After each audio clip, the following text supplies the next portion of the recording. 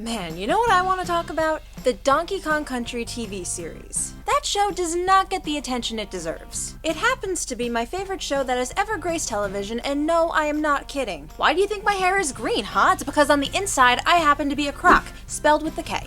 Just one K at the beginning of the word. If it was at the end of the word, it'd be like, what a crock, which I am not, though some people watching might think otherwise. Anyway, is anybody else talking about the Donkey Kong Country show lately? Have there been any theories or conspiracies that we can try to tackle? Well, actually, I've heard word that some people like to compare Donkey Kong Country to Sonic Boom, that recent-ish Sonic the Hedgehog show. It's said that they share a lot of similarities, and some people are even asking, do they share the same universe? I can work with that. I'm Arielle with Channel Frederator, and well, I already asked the question, so start the video. What?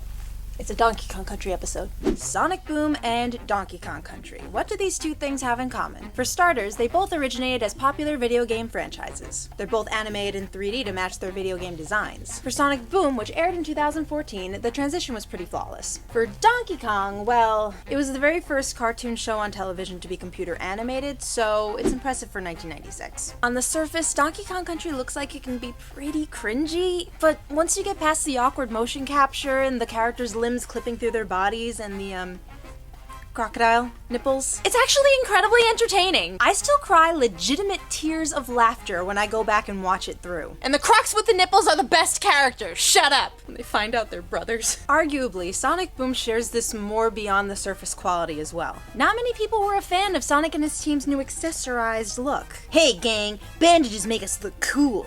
And edgy. Personalities were altered, mostly Knuckles, who is now the big dumb one. New characters were brought in, like Styx the Badger. And as far as I know, the games aren't terribly popular with the fans. They're pretty heavily critiqued, I think. I don't know anyone who likes it, but after watching through all of it for today's episode, I have to admit that when a joke lands in Sonic Boom, you laugh. And you laugh hard. Like Donkey Kong Country, the stories are lacking, but it makes up for it with a great sense of humor. Donkey Kong more than Sonic. DK's more effortless, while Sonic Boom tends to try too hard. Sorry. But every second that Eggman's on screen is excellent. Please, give him a spin-off. Did I just say excellent? Oh my god. The two series are similar in tone for sure. They're both very much that Saturday morning cartoon, good guy versus bad guy, except there's no real threat, everyone's just kind of bugging each other, and there's this mutual understanding that this is the formula and everyone's just having a good time. Simple, entertaining, and fun. But Sonic Boom is missing those 2 musical numbers per episode. Let's be real, that was the best part of Donkey Kong Country, and if you don't agree with me, you can fight me. I swear, Jacob, if you edit in a clip of Donkey Kong singing I Shower You with Coconut Cream Pies, I'm gonna be mad. That song is beautiful! What else do they have in common that brings people to believe that they're set in the same place, though? Well, they both take place on islands. Sonic's island is unnamed, which, hey, if this theory works out, it could be Congo Bongo Island, which is Donkey Kong's home. Are they the same island?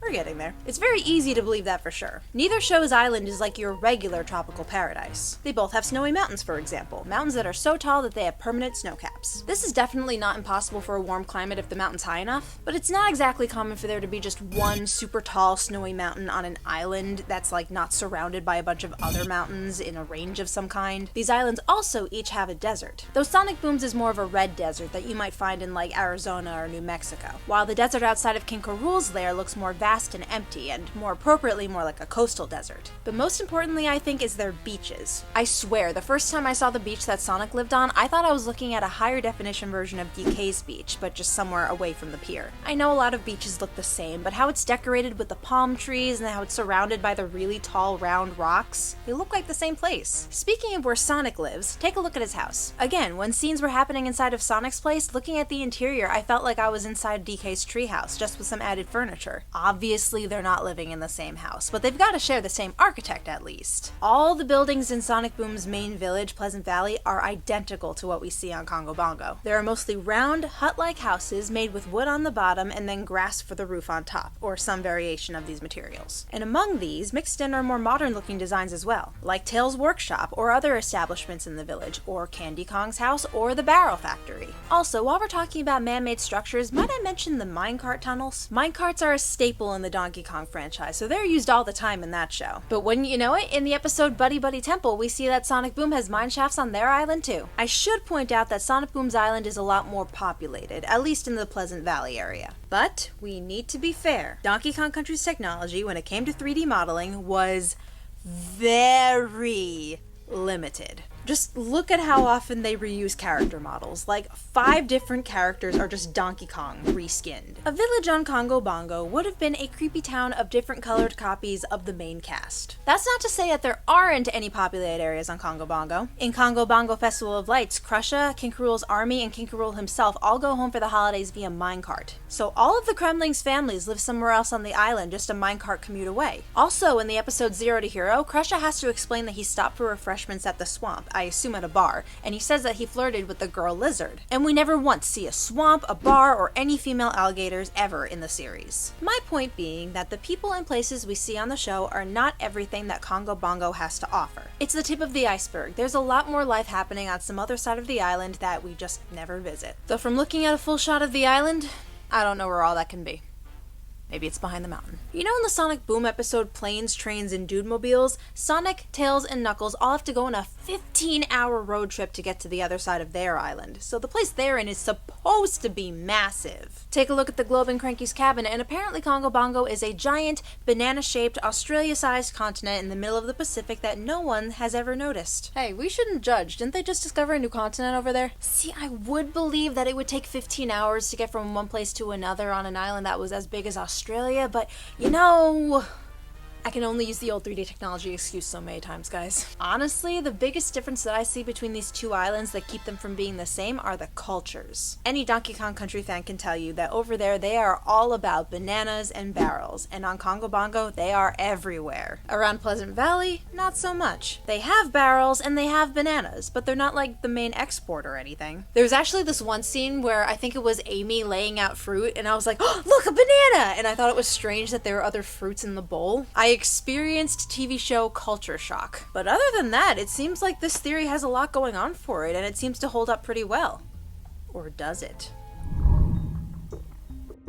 So I would mainly say because of Sonic's vast red desert that Congo Bongo does not have, that these two islands are not the same. There's also those 15 hours that Sonic has to drive to get across his island, while Congo Bongo, 45-minute walk. That is 1000% not the size of Australia. Get a new globe, Cranky, without the overcompensating banana island. But this doesn't mean they couldn't be neighbors. The climates are still crazy similar, and the identical tones and themes and how their world works has to count for something, right? I asked at the beginning of this episode, are these two shows in the same universe? Well, that question would be very easy to answer if there was any footage of Donkey Kong and Sonic together. May I remind you that these are first and foremost video game characters? BAM! I give you Super Smash Brothers and Mario and Sonic at the Olympic Games. There you go. Easy. Slap on a score of 5 chili dogs out of 5 and let's call it an episode. No, wait. You know, if we're talking about universes, I don't think that's the same Sonic we see in Sonic Boom. No, I'm not over here saying that this Sonic is from a different dimension because he forgot to accessorize. In fact, the Sonic Boom exclusive character Styx is in the Rio Olympic Games, so it has to be the same universe, right? Well, no. Look at Knuckles. In Sonic Boom, he's a beefcake, but in the Olympic Games, which came out while the show was running, he's back in his original skinnier design. Knuckles could maybe lift enough weights to gain that kind of muscle, but he can't exactly gain height. Sonic Boom's Knuckles is a lot taller, and no, he's not wearing 6-inch heels. This group playing with Mario and Donkey Kong is not the same from the show. But you know what? I don't think that's the same Donkey Kong from his show either. This DK is supposed to be the one from the video games, obviously, and the video games in the show have their major differences. Candy Kong and Funky Kong's designs from the video game are very different from the TV show. But the biggest difference of all is that DK from the video games does not hail from Congo Bongo Island. He comes from Donkey Kong Island, an island in the shape of his head. Huh, damn, are we back where we started? Sonic Boom and Donkey Kong Country star imposters of our favorite video game characters. So what now? If they're not in the video game universe hanging out with Mario, does that mean that the imposters have their own universe together? How can we decipher if Donkey Kong exists in Sonic Boom or if Sonic exists in Donkey Kong Country? Well, DKC has 0 references to Sonic, so that's a dead end. Sonic, however, has a bunch of not Donkey Kong references, but video game references, particularly Mario. And you know, Mario and Donkey Kong originated originated from the same arcade game, so if Mario is there, then Donkey Kong is there. In the episodes Let's Play Musical Friends and Nominatus Rising, there's a mention of a princess in another castle, which is Mario's lady, Princess Peach. So Mario must be around, right? Well, no. Unfortunately, when Mario is referenced in Sonic Boom, he's not mentioned like he's Sonic's old rival or buddy or anything. In the episode Eggman the Video Game Part 1, Tails mentions the Super Plumber Brothers, which is obviously supposed to be this world's Super Mario Brothers. So basically in Sonic Boom, Mario is just a video game that Sonic plays. That's so weird if you think about it. Does that totally exclude Donkey Kong from existing in Sonic Boom Sonic's world though? No, but this does. In the episode Space Mageddon-ocalypse, we get a view of the Sonic Boom planet when the characters go off into space. And if you take one look at the land below them, that doesn't look like Earth, does it? No continent on Earth forms that shape. Even if they've called their planet Earth at some point in the show, I don't think that's the same one we know of. Maybe you think it was just artistic license? Nope! At the beginning of Mombot, Sonic recognizes this little kid's science project as their solar system. It's similar to the Earth's solar system, but it doesn't look right. The planets are different colors and different sizes. They look kind of out of order. This is another universe entirely. Why am I putting so much focus on the fact that this is not the right planet Earth out of like all the universe choices of Earths we have? Because looking at Cranky Kong's globe one last time, that is very clearly what we recognize as a map of our Earth, with an Australia-sized Congo Bongo sticker slapped onto it. Whether or not Congo Bongo is in the Pacific Ocean of our universe, as in the one you and I are in, that's another conspiracy. But the Earth in Donkey Kong Country is much more similar to ours than it is in Sonic Boom. They are two completely different planets. So in conclusion, it looks like this theory is debunked. No chili dogs for you, Sonic. 0 out of 5. Was this conspiracy important? No. Was it a mystery I had a good time solving? Yes. Just call me Vector the Detector. And suddenly the outfit made sense. I feel like I hear the internet going, oh. Guys, can you please let us know in the comments if you enjoy the Donkey Kong Country series as much as I do? I know fans are out there. Show yourselves and be proud. If you've never seen it, look up Thin Line Between Love and Ape and watch till the end. It starts off kind of slow, but it's literally the greatest. If you were here for Sonic Boom, hey, that's awesome. I binged watched it all before writing this theory, and I think it deserves more attention too. All the underappreciated cartoons, spread the love! Don't forget to subscribe and click the bell icon to become part of the notification squad, and if you're interested in more video game coverage from us, check out our channel, The Leaderboard. If you forgot, my name is Arielle, also known as R2 Ninja Turtle, and yes, I am the one who drew all that Donkey Kong fan art a decade ago. Remember, Frederator loves you!